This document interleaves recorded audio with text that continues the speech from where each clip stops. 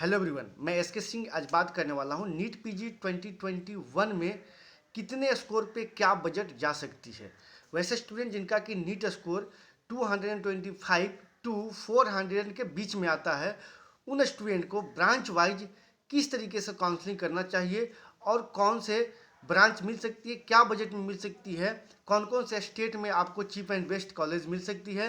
तो इन सारे विषय पे बात करूँगा, साथ में बताऊंगा कि how to select your dream branch को कैसे सेलेक्ट किया जाता है और कौन से ब्रांच का अभी ज़्यादा रेस चल रहा है, ज़्यादा क्रेज है। ठीक है, तो इस वीडियो को आप लास्ट तक जरूर देखें। यदि आप नए हैं लाइक कीजिए, सब्सक्राइब कीजिए और साथ में बेल आइकन जरूर क्लिक करें। दूसरी बात, वैसे स्टूडेंट जिन्हें काउंसलिंग समझ में नहीं आती है, काउंसलिंग नहीं कर पा रहे हैं क्योंकि ब्रांच काफ़ी ज़्यादा है, ब्रांच को सेलेक्ट नहीं कर पा रहे हैं, तो ये सेलेक्ट करने के लिए आप जब MBBS कंप्लीट किए हैं तो यूजी कंप्लीट किए तो उस समय आपको 100% ये फील हो चुका होगा कि आपको किस क्षेत्र में ज़्यादा मन लगता है, किस क्षेत्र में आपको ज़्यादा रुचि है, उसके बिहेव पे ही ब्रांच सेलेक्ट करें। और बहुत सारे स्टूडेंट ऐसे भी होते हैं जिनका कि खुद से बिजनेस स्टैंड किया हुआ है मेडिकल के लाइन में, तो उस बिहेव पे भी आप सेलेक्ट कर सकते हैं अपने ब्रांच को। कोर ब्रांच क्या है, बहुत सारे स्टूडेंट को कोर ब्रांच जो होता है वो रेडियो डर्मा मेडिसिन होता है, और बहुत सारे स्टूडेंट को कोर ब्रांच होता है जिनका खुद का हॉस्पिटल है या खुद का उनका अप्रोच है, उसके बिहेव पे भी ब्रांच सेलेक्ट करते हैं। लेकिन वैसे स्टूडेंट जिनके लिए कुछ भी नहीं है, वो आप जब आप यूजी कर रहे हो, MBBS किए, उस समय आपको माइंड किस तरफ ज़्यादा जाता था, किस फील्ड में ज़्यादा जाता था, उस फील्ड के अकॉर्डिंग ही अपना ब्रांच सेलेक्ट करें। क्योंकि यदि आपको सपोज डेट रेडियोलॉजी के तरफ ज़्यादा माइंड जाता है, ठीक है, रेडियोलॉजी को आप ज़्यादा अच्छे से फोकस कर पा रहे हैं, अच्छा कर पाएंगे, तो बिल्कुल आप रेडियोलॉजी ही लें। ये नहीं किसी को बहकावा पे आके बहुत सारे सीनियर और जूनियर मिलेंगे, बहुत सारे लोग मिलेंगे आपको बताने वाले। रेडियो आपको शौक है, रेडियो चाहिए, ड्रीम ब्रांच आपको रेडियो है, कंप्रोमाइज करके आपको हो सकता है सर्जरी लेने पड़ जाए, तो ऐसा कुछ नहीं होता है। अगर आपको बजट है, स्कोर कम है, तो बिल्कुल आप अपना ब्रांच के साथ कंप्रोमाइज ना करके अपना जो डिजायर ब्रांच है उसे ही सेलेक्ट करें। तो चलिए इस वीडियो को स्टार्ट करते हैं। अभी तक के 4-5 ऐसे ब्रांच है जिसका कि मार्केट में काफ़ी अच्छा रोल है, काफ़ी अच्छा क्रेज है। पहला अगर ब्रांच की बात किया जाए तो रेडियोलॉजी को खास करके आज के डेट में इसका डिमांड है वो काफ़ी बढ़ते चला जा रहा है और ये हमेशा के लिए बढ़ते चला जाएगा। रेडियोलॉजी, डर्माटोलॉजी के लिए भी जिस तरीके से हमारे आधुनिक देश में जिस तरीके से खाने का सिस्टम, रहने का सिस्टम जिस तरीके से चेंज हो रहा है, उसके बिहेव पे बहुत तरह तरह के स्किन रोग या फिर जो भी चीज़ें हो रही है, तो ये भी एक कहीं ना कहीं डर्माटोलॉजी का रोल है। इसका भी अभी क्रेज काफ़ी अच्छा है और आने वाला दिन में भी काफ़ी अच्छा रहेगा। मेडिसिन की बात किया जाए तो मेडिसिन इसलिए लोग लेते हैं ताकि इसमें ज़्यादा स्ट्रगल नहीं है, ज़्यादा थकान नहीं है, रिलीफ के साथ बिल्कुल इजीली आप कर सकते हैं। और रेडियो का भी सेम कंडीशन होता है, ठीक है। अब बात करते हैं ओप्स गाइनी के इसलिए क्रेज है क्योंकि ये लड़की के लिए ज़्यादा सुरक्षित है और लड़की लोग ज़्यादा करते हैं, तो इसमें लड़के लोग का कोई रोल नहीं होता है। तो लड़कियां ज़्यादातर सर्जरी ब्रांच ना लेके ज़्यादातर फोकस करते हैं जो सर्जरी के नीचे जो भी ब्रांच है, जैसे 6 ईयर्स का कोर्स हो गया, जैसे DNB में चला जाता है, या फिर आपको ऑर्थो हो गया, ENT हो गया, साइकेट्रिक हो गया, ये सब ब्रांच ना लेके जो फीमेल कैंडिडेट होते हैं वो ज़्यादातर OBG पे मतलब फोकस करते हैं। तो ये है, तो इस तरीके से आपको जो 3-4 ब्रांच है, काफ़ी कोर ब्रांच है और ज़्यादातर लोग का माइंड में यही ब्रांच 3-4-5 ब्रांच है वो जो चलता रहता है। इसके बाद के जो भी ब्रांच है, अगर आपको ये ब्रांच नहीं मिल पाता है और आपको ऑप्शन में सर्जरी है या फिर ENT है, एनेस्थीसिया है, ओप्था है, ऑर्थो है, ठीक है, पीडिया है, तो आप वो सब ब्रांच को भी आप अपने सेलेक्ट कर सकते हैं और वो लेते भी हैं, ठीक है। जैसे रेडियोलॉजी हो गया, रेडियोलॉजी में कहीं भागने जाने की ज़रूरत नहीं है, बिल्कुल ऑफिशियल है, ठीक है, कोई हार्ड वर्क नहीं है, इसलिए लोग ज़्यादातर रेडियोलॉजी पे फोकस करते हैं। डर्माटोलॉजी का सेम कंडीशन है, मेडिसिन का सेम कंडीशन है, गायनेकोलॉजी का भी सेम कंडीशन है, पीडिया का भी सेम कंडीशन है। तो इस तरीके से ये ब्रांच का क्रेज ज़्यादा है और इस ब्रांच का पेशेंट भी ज़्यादातर मिलते हैं, इसलिए इस ब्रांच का अभी कहीं ना कहीं ज़्यादा डिमांड हो रहा है और होता भी है, लोग करते भी हैं। अब बात करते हैं बजट का। वैसे स्टूडेंट जिनका कि नीट स्कोर 225 टू 400 के बीच में आता है, उनको किस तरीके से काउंसलिंग में फेस करना चाहिए और बजट क्या हो सकती है। यदि आप जस्ट क्वालिफाइड हैं और 400 के बीच में नंबर आता है, तो आपको सीट मिल जाएगी, लेकिन आपको कहीं ना कहीं ब्रांच के साथ कॉम्प्रोमाइज़ करना होगा यदि आपके पास बजट कम है तो। यदि आपके पास बजट है तो आपको एक अच्छा ब्रांच मिल सकता है, लेकिन इसमें एक और ऑप्शन आ सकता है कि आपको अगर स्कोर कम है तो आपको स्टेट के साथ और कॉलेज के साथ भी आपको कंप्रोमाइज़ करना होगा। यदि स्कोर कम है तो आपको सीट तो मिल जाएगा, आपको डिमांडिंग ब्रांच भी मिल जाएगा, लेकिन उसका बजट है थोड़ा सा ऊपर जाएगा।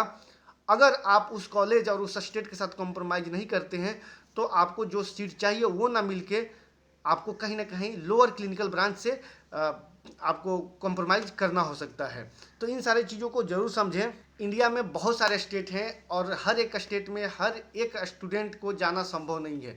सपोज दैट साउथ इंडियन के जो भी स्टूडेंट हैं वो नॉर्थ इंडियन में जाना पसंद नहीं करते हैं और उनको ब्रांच जो मिल रहा है उनके बजट में मिला, जैसे 60 का बजट हो गया, 40 का बजट हो गया, इस बजट में उनको सीट मिल रहा है, लेकिन वो कंप्रोमाइज स्टेट के साथ नहीं कर रहे हैं। साउथ इंडियन के स्टूडेंट नॉर्थ इंडियन में आना पसंद नहीं करते हैं, जो कि उनको सीट एक्चुअल में 100% मिल रहा होता है। ठीक है, तो ये सारी चीज़ें हैं। यदि आपको स्कोर कम है तो आप बिल्कुल आप स्टेट के साथ और कॉलेज के साथ दोनों के साथ कंप्रोमाइज़ करेंगे तो आपको एक छोटी सी स्कोर में एक कॉलेज मिल सकता है, मनचाहा ब्रांच मिल सकता है। अदरवाइज आपको अगर स्कोर कम है और आपको मनचाहा ब्रांच, आपको कुछ स्टेट और कुछ कॉलेज को छोड़ के चाहिए तो आपको बजट जा सकता है आपको लगभग 1 CR 10 लाख 1 CR 20 लाख, अब इससे भी ज़्यादा जा सकता है बजट। जैसे कि आप अगर मेडिसिन चाहें, गायनी चाहिए, पीडिया चाहिए, रेडियो डर्मा चाहिए तो लगभग 1 CR से ऊपर ही जाएगा। लेकिन कुछ कुछ स्टेट हैं जहाँ की आपको 50 और 60 लाख का फुल पैकेजेज में आपको मिल सकता है। कम स्कोर है फिर भी मिल सकता है। ENT एनेस्थीसिया की बात किया जाए, ऑर्थो का बात किया जाए या फिर आपको ओप्था की बात किया जाए तो ये सब ब्रांच भी आपको मिल सकता है 40 या फिर 45 या 50 के पैकेजेज में, लेकिन इसके साथ भी आपको स्टेट के साथ कंप्रोमाइज़ करेंगे तो डेफिनेटली मिलेगा। ऐसे तो अगर फ़ी का बात किया जाए तो डर्माटोलॉजी के अगर डीम्ड यूनिवर्सिटी की बात किया जाए तो डीम्ड यूनिवर्सिटी का फ़ी स्ट्रक्चर काफ़ी हाई रहता है। 2-3 कॉलेज को छोड़ के रामाचंद्रा मेडिकल कॉलेज जो है आपका, इसका फ़ी काफ़ी कम है। इसके बाद हमदर्द का भी फ़ी कम है, हमदर्द पिछले साल ही PG आया था उसमें। तो 3-4 कॉलेज हैं जिनका कि फ़ी स्ट्रक्चर कम है, बाकी के जितने कॉलेज हैं डीम्ड यूनिवर्सिटी इनका फ़ी काफ़ी ज़्यादा है। तो इसके लिए आपको कहीं ना कहीं अगर आपके पास बजट नहीं है, स्कोर कम है और आप स्टेट के साथ कंप्रोमाइज़ कर सकते हैं और कॉलेज के साथ कंप्रोमाइज़ कर सकते हैं तो आपको एक डिजायर ब्रांच, मनचाहा ब्रांच आपको मिल सकता है। तो ये हमारा कहने का मतलब था how to select your dream branch, ये मैंने बताया, कवर किया इस वीडियो में। और मैं ये भी कवर किया कि वैसे स्टूडेंट जो नीट स्कोर 225 to 400 के बीच में लाते हैं उन्हें किस तरीके से काउंसलिंग में फेस करना है और क्या मिल सकती है। एक लाइन और मैं बताऊँगा काउंसलिंग कैसे किया जाता है। काउंसलिंग का बहुत सारे कोई खास रूल तो नहीं होता है, जो भी सीट आपको मिलना होता है वो काउंसलिंग से मिलता है, कहीं डायरेक्ट एडमिशन नहीं होता है। अगर डायरेक्ट की बात किया जाए तो स्टे वैकेंसी राउंड में जो NRI कोटे की जो सीटें होती है ये आपको मैनेजमेंट में कन्वर्ट करके डायरेक्ट आपको स्पोर्ट राउंड में कॉलेज लेवल काउंसलिंग में दी जाती है। इसके लिए आपको D पार्ट यानी कि डोनेशन पार्ट के डिमांड भी किया जाता है कॉलेज की तरफ से। लेकिन यदि आपको एग्जैक्ट इन्फॉर्मेशन है, प्रॉपर कॉलेज के टच में आप हैं, तो हो सकता है कि जो आपको D पार्ट लिया जा रहा है इससे भी आप रिलीफ पा सकते हैं, अदरवाइज आपको ये देना ही पड़ सकता है। अब बात करते हैं काउंसलिंग में। जैसे क्या होता है कि PG में एक होता है UG में MBBS का आप लोग काउंसलिंग किए होंगे, तो इसमें सिर्फ 2 ही होते हैं, एक MBBS एक BDS। इसमें कोई दिक्कत नहीं होती है, लेकिन यहाँ पे आपको लगभग 20 से 25 ब्रांच होते हैं। अगर क्लिनिकल की बात किया जाए, नॉन क्लिनिकल दोनों को ऐड कर दिया जाए तो बहुत सारे स्टूडेंट ऐसे होते हैं, डिमांड तो होता है रेडियो का, डर्मा का, लेकिन लास्ट में वो पैथोलॉजी लेते हैं, ENT एनेस्थीसिया ले लेते हैं। तो ये क्या होता है, काउंसलिंग अगर आप अच्छे तरीके से नहीं कर पा रहे हैं तो लास्ट में आपको जो सीट मिलना चाहिए था, जो आपको टॉप क्लिनिकल ब्रांच मिल रहा होता है, वो आपको एक छोटी सी काउंसलिंग में मिस्टेक करते हैं तो वो सीट नहीं मिल पाती है।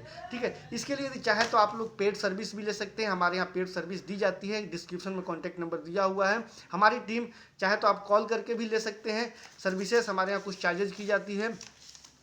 और डिस्क्रिप्शन में एक लिंक दिया हुआ है, टेलीग्राम ग्रुप का लिंक दिया हुआ, उसे आप ज्वाइन कर लें। वहाँ पर प्रॉपर लेटेस्ट इन्फॉर्मेशन आप तक जाते रहती है। साथ में आपको ई बुक दिया हुआ है डिस्क्रिप्शन में, ये चार्जेबल है। ये हर एक स्टेट का काउंसलिंग प्रोसेस दिया हुआ है, fee structure, stipend, rank wise कौन कौन से कॉलेज अच्छे हैं, ये आपको ऑल इंडिया कोटे के दिया हुआ है, स्टेट वाइज भी दिया हुआ है, डीम्ड यूनिवर्सिटी का भी दिया हुआ है, डीएनबी का भी दिया हुआ है। जाके आप डिस्क्रिप्शन से आप डाउनलोड कर सकते हैं। जी हाँ दोस्तों, आज के वीडियो में इतना ही। Thanks for watching.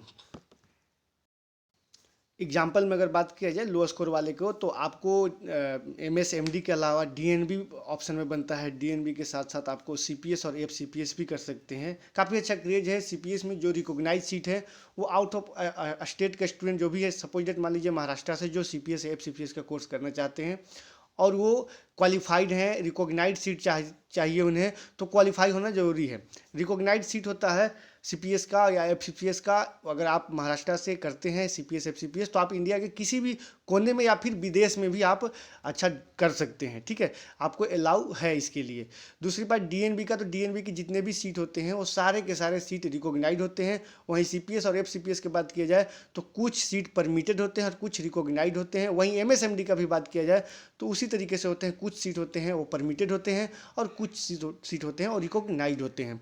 तो आप किसी भी क्षेत्र से करें, आप डिग्री करें तो सेम ही प्रोसेस है, ठीक है। डिपेंड करता है कि MSMD का जो कोर्स करते हैं इसमें एडमिशन लेना थोड़ा सा डिफ़िकल्ट होता है, लेकिन पास आउट होना ईजी होता है। वहीं अगर DNB की बात किया जाए तो इसमें एडमिशन लेना ईजी होता है, लेकिन पास आउट होना टफ होता है। इसके लिए मैं वीडियो में बता चुका हूँ, या फिर एक और वीडियो बना दूंगा। इसके लिए आप कमेंट बॉक्स में कमेंट करके पूछ सकते हैं, उसके बिहेव पे मैं जो भी डाउट होगा उसका मैं वीडियो बना दूंगा। दूसरी बात, FCPS और CPS की बात किया जाए तो ये जस्ट लाइक DNB ही है, लेकिन इससे थोड़ा सा ईजी है। DNB से थोड़ा सा पास आउट करना ईजी है।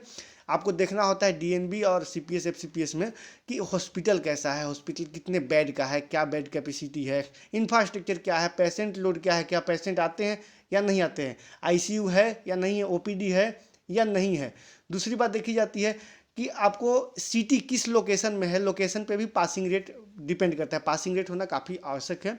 तो पासिंग रेट आपको दिया जाता है बेड कैपेसिटी, लोकेशन और पेशेंट लोड, और साथ में OPD कितने हैं, इन सारे चीज़ों को देखते हुए आपको पासिंग रेट भी दी जाती है। दरअसल आप लोगों को इन सारी चीज़ों को समझना काफ़ी आवश्यक है। इसके लिए हमारे यहाँ ई बुक दिया हुआ है। ई बुक को आप चाहें तो अपलोड कर सकते हैं। चार्जेबल है, 200 रुपीज़, किसी का 100 रुपीज़, किसी का 50 रुपीज़, या किसी को 500 रुपीज़ चार्जेज है। या ऑनलाइन जाइए, आप पेमेंट कर सकते हैं, क्रेडिट कीजिए, पेमेंट कीजिए, और आप देख सकते हैं state wise bed capacity, passing rate, A to Z function दिया हुआ है। हॉस्पिटल कैसा है, रैंक वाइज, ब्रांच वाइज, हर एक चीज़ दिया हुआ है। जी हाँ दोस्तों, आज की वीडियो इतना ही। Thanks for watching.